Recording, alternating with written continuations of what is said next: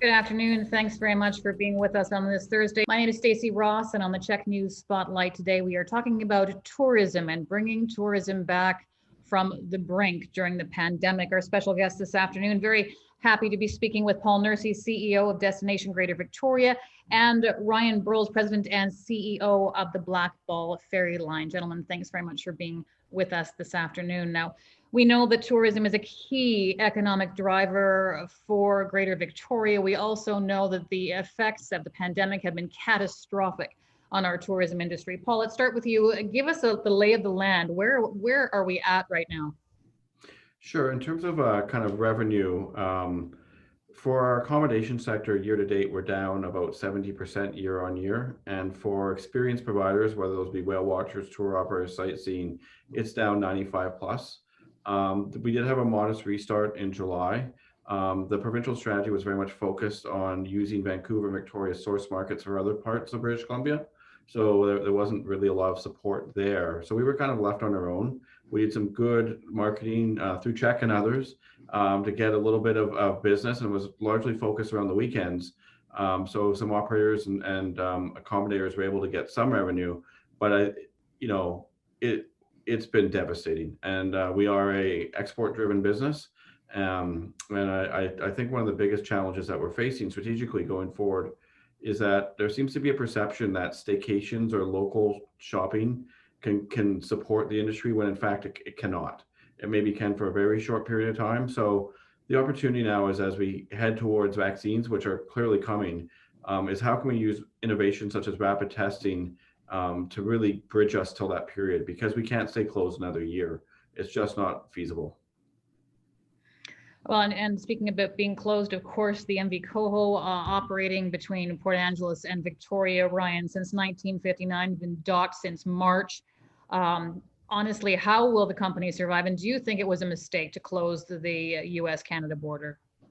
No, I do not think it was. I think being safe is the key, and I think being safe going forward is the key.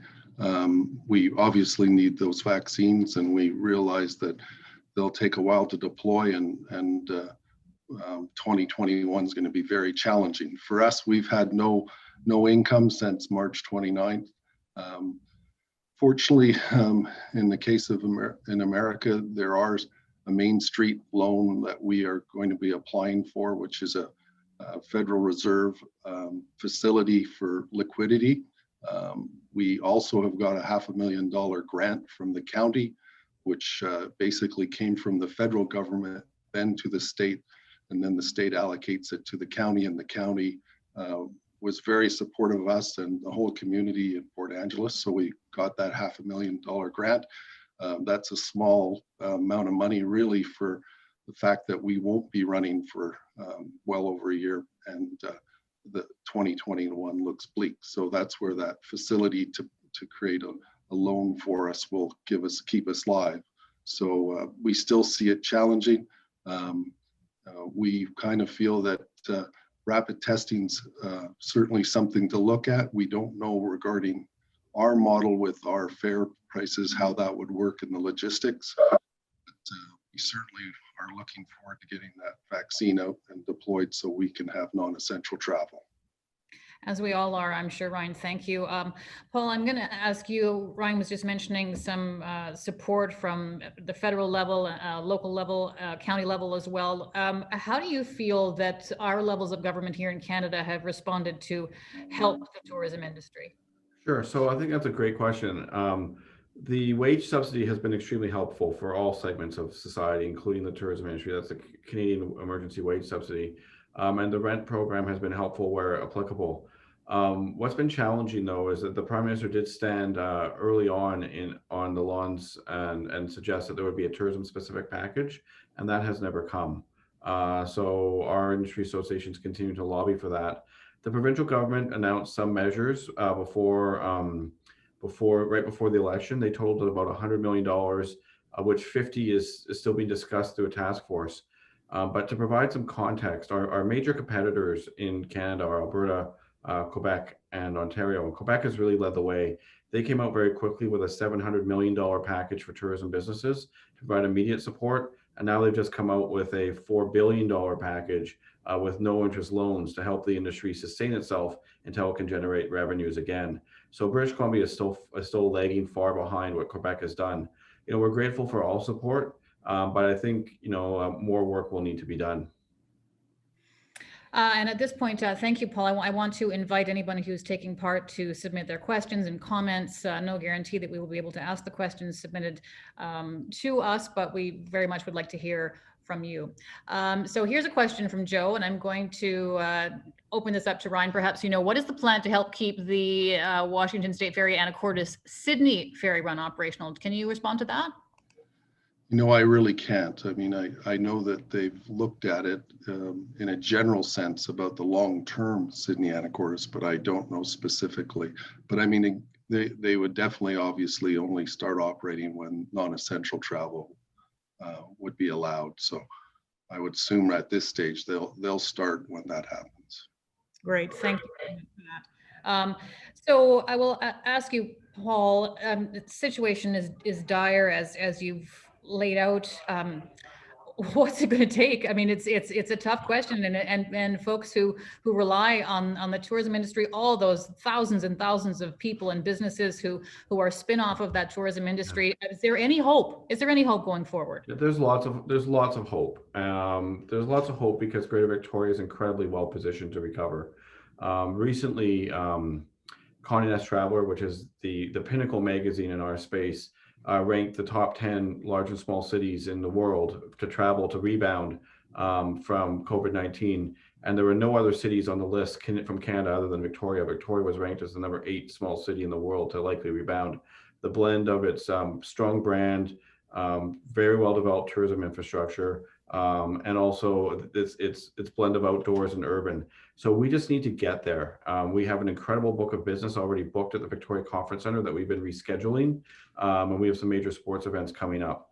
I think what's critical to the small businesses and to us, quite frankly, is that as we need a timeline. We've seen other jurisdictions and other places say, we know vaccines are coming, and we'll know they're coming roughly in this month, and then we'll need a certain period of time, because our businesses need to work with their creditors, they need to work with their investors to start to see when our revenue is going to come, and then we can plan deliberately. Right now, we're seeing none of that, so we're really looking forward to rolling up our sleeves with orders of government to start to work on a timeline. We know we're probably going to have to close down a little bit here in the short term around non-essential travel, but I think it's imperative to start to work on a reopening schedule, because all industries need some sort of certainty.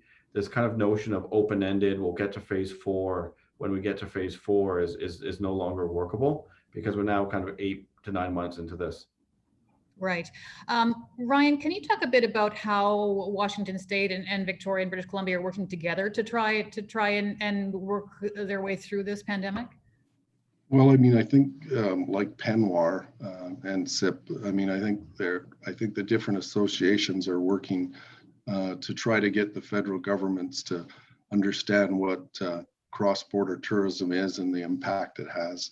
I think, like Paul's saying, I think having some sort of criteria, some sort of benchmark, so we can start to plan for when that border will open and what it takes to get that border open.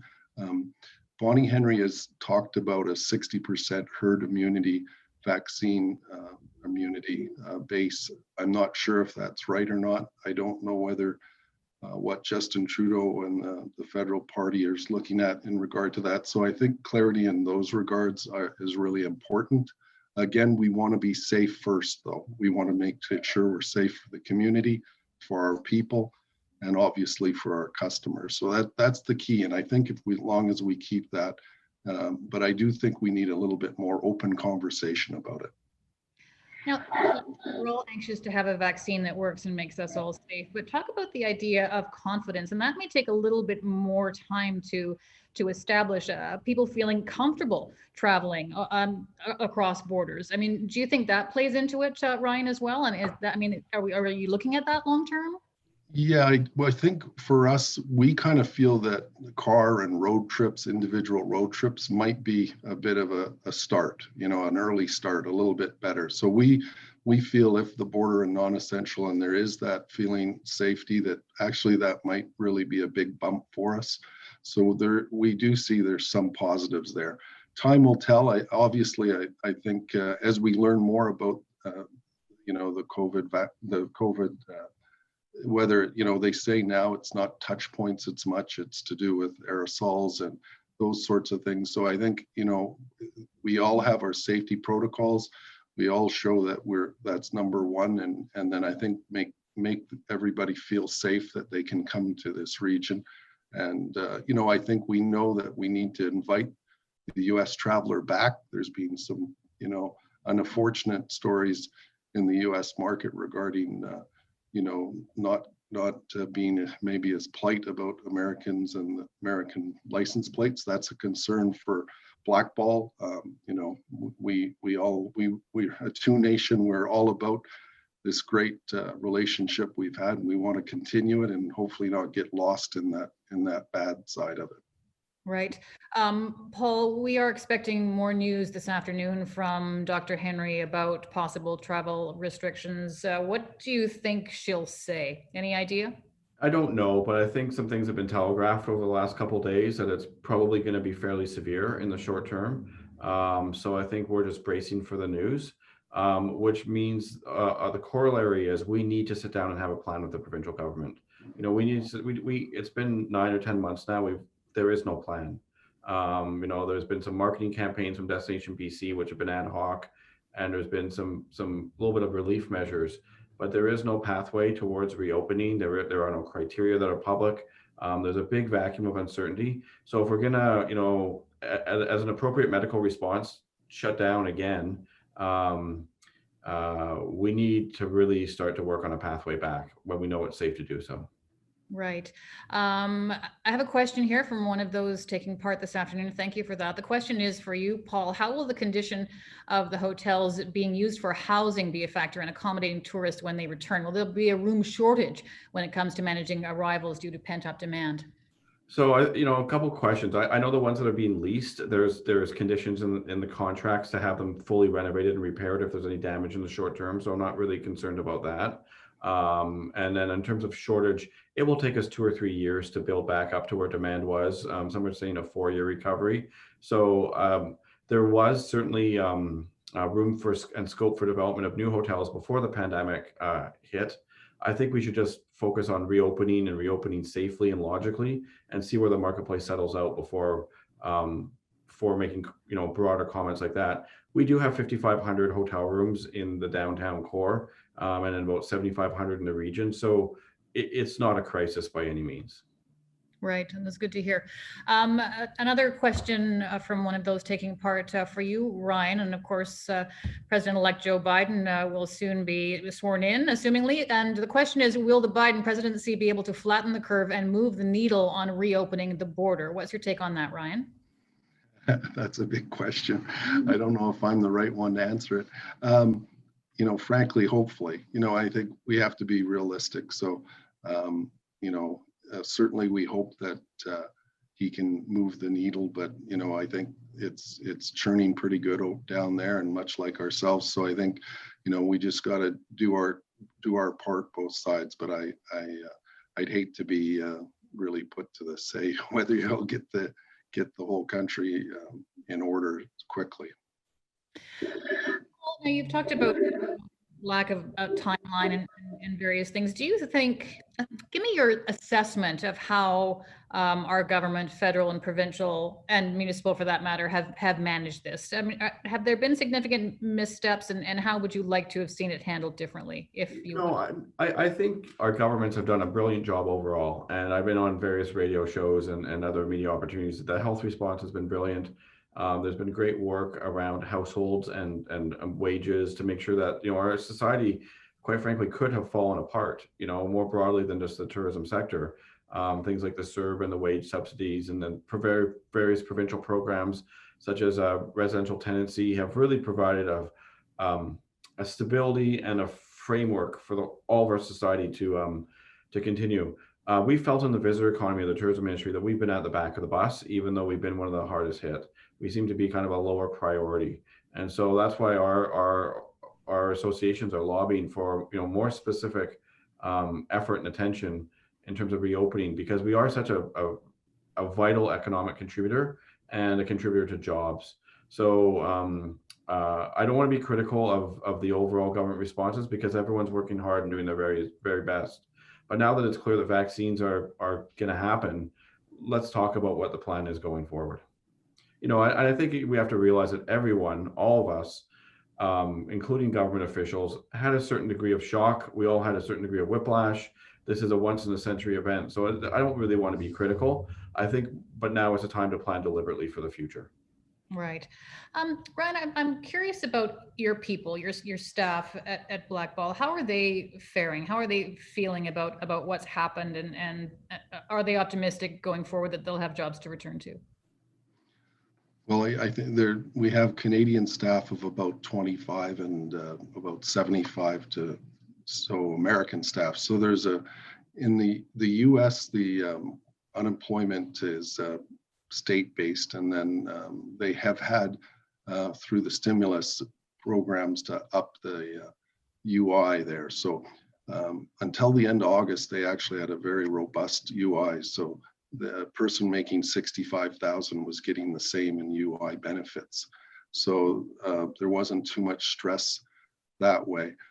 They have now about $300 a week instead of $600 a week up from the federal government. That's till the end of the year. Right now with that election, everything's kind of in a not sure where that will be. So definitely you'd think by January they'll have some sort of stimulus and some certainty for that unemployment. Now, we treat our people real well, and on the American side, we're paying for their health care month to month as this goes. So, I don't think we'll lose many because we have such a good record of how we treat them. Over here, of course, the unemployment and hasn't been maybe quite to the level of the US, but the commitment to our full-time staff are there. So I think we'll be all right. But as this pushes on past maybe next spring, we are a little worried about, some of our staff. But, our focus is maintaining our ship. We've been keeping the boilers on, and we run her every 6 weeks for a couple hours out into the strait. And, everything we can do to keep our staff. We have, 3 generations, people on that ship, and we're pretty proud of our people. Absolutely, for sure. Paul, what are you hearing at Destination Victoria from the smaller businesses, the spin-off businesses? Are they scared? Are they fearful of what's to come? Yeah, everyone really is. And I think to provide some context, many of our businesses are designed for the export market. We've heard a lot about businesses pivoting, but I always use the examples of whale watching companies who are used to putting hundreds of people through a day to go out and learn about the whales and all that type of stuff. And that's, we were born and raised in this part of the world, and to a local that's just not an exotic experience to us, like someone from Germany or the UK or Japan. So it's difficult for those types of businesses to pivot. Or if you're a motor coach company and your core business is moving tour passengers around, and that's simply not available to you, and you have huge overhead costs, it's very, very scary. So, some have been able to make some adjustments and generate some new revenue. But as Ryan says, as this goes longer and longer, we do need to have some revenue return. It's impossible to sustain businesses for years without it. All right. Now we are nearing the end of our time, and I do want to talk. I'll give each of you a chance to have the last word here. Ryan, I do want to say, what has your biggest challenge been through this? What's been the hardest for you to overcome? Well, I think it's about the people, right? That the people that don't have, their jobs. I think our people is the thing that kind of bothers me the most. I, feel for them. So I think that's it. And I think like the uncertainty of so many things, I think, as Paul has said, no criticism to either levels of government, because everybody's learning and we're learning with it. And so I think it's a troubling time because you're you're balancing a lot of different things and trying to find out what seems real and what doesn't, and what's the next steps. And it's tough. And I think Bonnie Henry for sure got out in front of it and has done an excellent job. And we want to just keep doing what we can do to move constructively, to an opening. So yeah, but I think it's the people that bothers me the most. Yeah.